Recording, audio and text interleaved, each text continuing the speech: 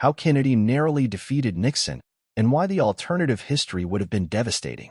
The 1960 election was closer than you think, and had Nixon won, it might have meant nuclear war. Jeff Greenfield is a contributing writer at Politico Magazine covering U.S. politics.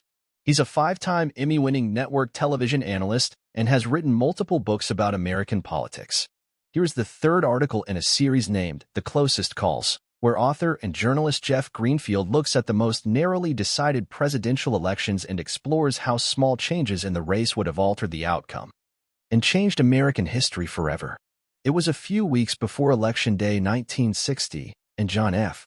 Kennedy found himself on the phone with a very worried Coretta Scott King, whose husband had been jailed in rural Georgia. "I want to express to you my concern about your husband," JFK told her. "I know this must be very hard for you.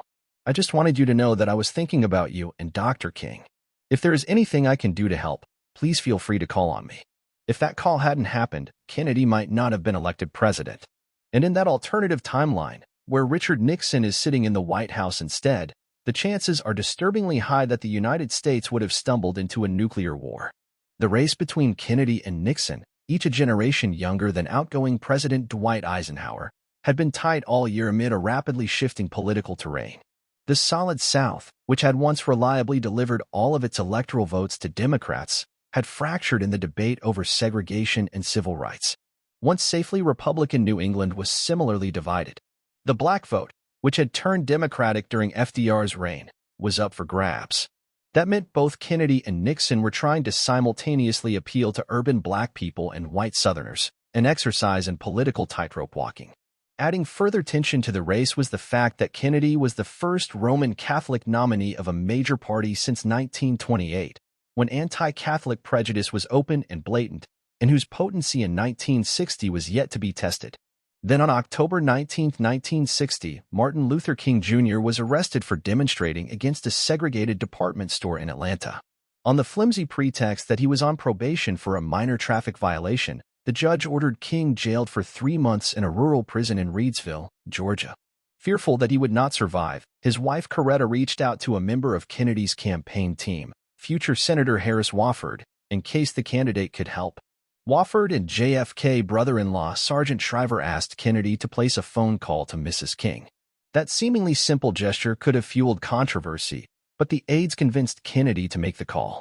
Still, fearing a conservative backlash, Bobby Kennedy furiously berated Wofford for potentially costing JFK the South, but he then made his own phone call to a Georgia judge who granted King bail. Meanwhile, both the Justice Department and the Nixon campaign chose not to become involved, a potentially costly mistake.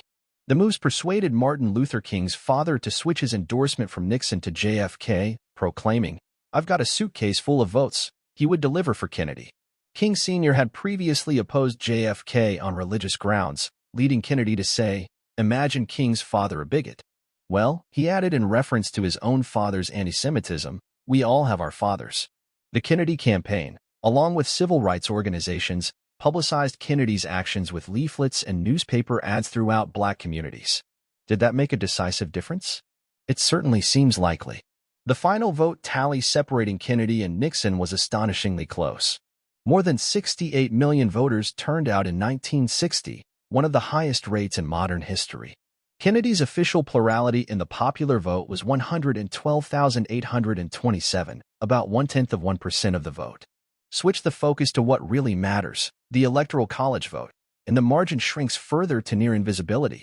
Kennedy won the White House with 303 electoral votes to Nixon's 219, with Mississippi and Alabama choosing 15 electors who would support Virginia Senator Harry Byrd.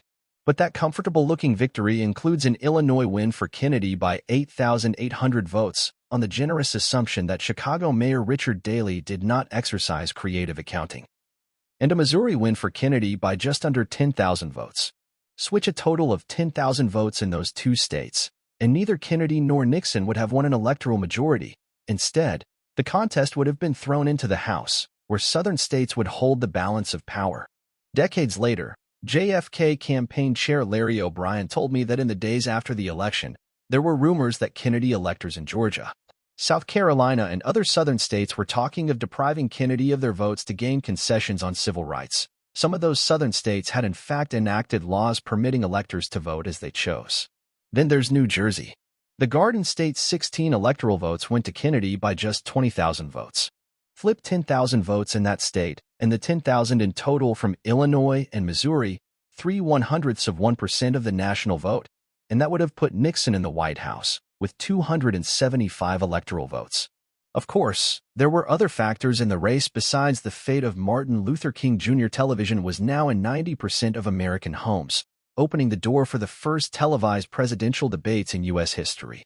That first debate, which drew an audience of some 70 million viewers, is best remembered for Nixon's sallow appearance and the possibility that bad makeup determined the outcome of the election. But the debate, and the three that followed, also underscored the remarkably thin role that actual issues played in the campaign that year. The campaign was so devoid of clear ideological battle lines that one JFK acolyte, Harvard professor Arthur Schlesinger Jr., produced a small campaign book called Kennedy or Nixon. Does it make any difference?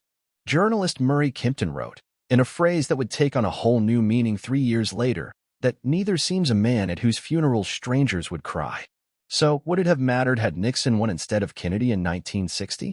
The answer, for the entire world, is yes.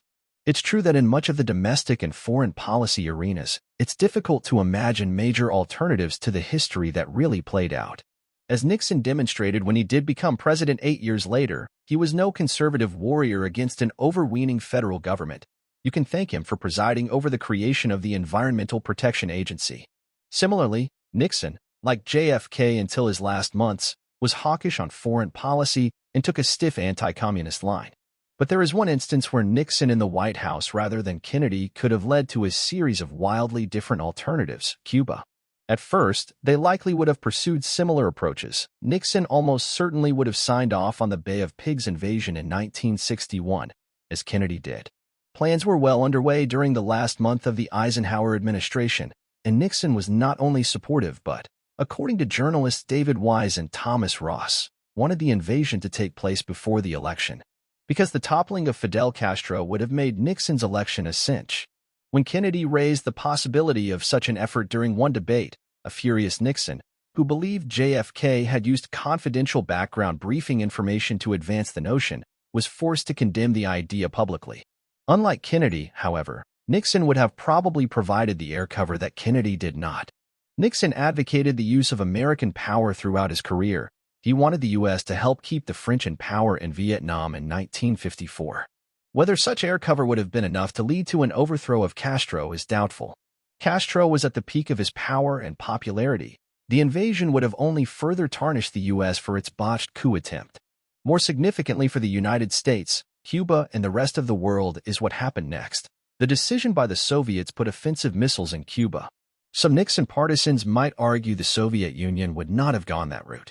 After all, one explanation for Nikita Khrushchev's decision to place the missiles was that at a summit in Vienna in June 1961, Kennedy had seemed uncertain, unsure of himself in the face of Khrushchev's aggressive posturing. "He savaged me," Kennedy said later. That performance helped convince Khrushchev that Kennedy would accept the placing of offensive missiles in Cuba, especially since, by the White House's own judgment, the missiles would not alter the strategic balance of power. By contrast, Khrushchev had met a more assertive Nixon when they faced off in the 1959 kitchen debate during Nixon's visit to Moscow. With America's #1 anti-communist in the Oval Office, it's possible that the Soviet leader would have stayed his hand, and there would never have been a Cuban Missile Crisis. On the other hand, Khrushchev had other motives for placing missiles in Cuba unrelated to his assessment of Kennedy's resolve. He knew that the missile gap that Kennedy had talked about was in fact heavily tilted toward the Americans' advantage.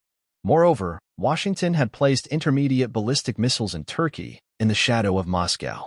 Placing missiles in the Western Hemisphere, just 90 miles away from Florida would, as Khrushchev later said, be giving Washington a little taste of their own medicine.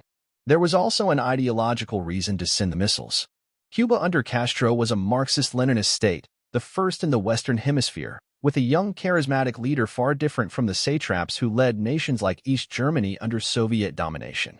Castro was a leader Washington was determined to overthrow. Moscow would demonstrate its support for wars of liberation by providing missiles to its Latin American ally. And if the Soviets had delivered offensive missiles to Cuba, Here's where Nixon in the Oval Office might well have led to the most catastrophic of consequences. Faced with the discovery of missiles in Cuba, in direct contradiction of a pledge by a high Soviet official to the president not to do so, the conventional wisdom in Washington would have been to respond with an air assault to remove the missiles. A full-scale invasion of Cuba, or both. This was, in fact, the unanimous advice given to JFK in October 1962 by the Joint Chiefs of Staff and most of the president's advisors, including, at the outset, Robert Kennedy.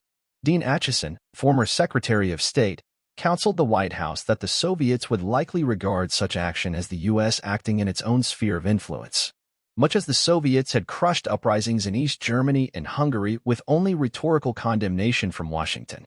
But Kennedy chose to move with extreme caution, either out of instinct or because he had come to doubt the military after the Bay of Pigs fiasco and its halting performance during a segregationist riot at the University of Mississippi.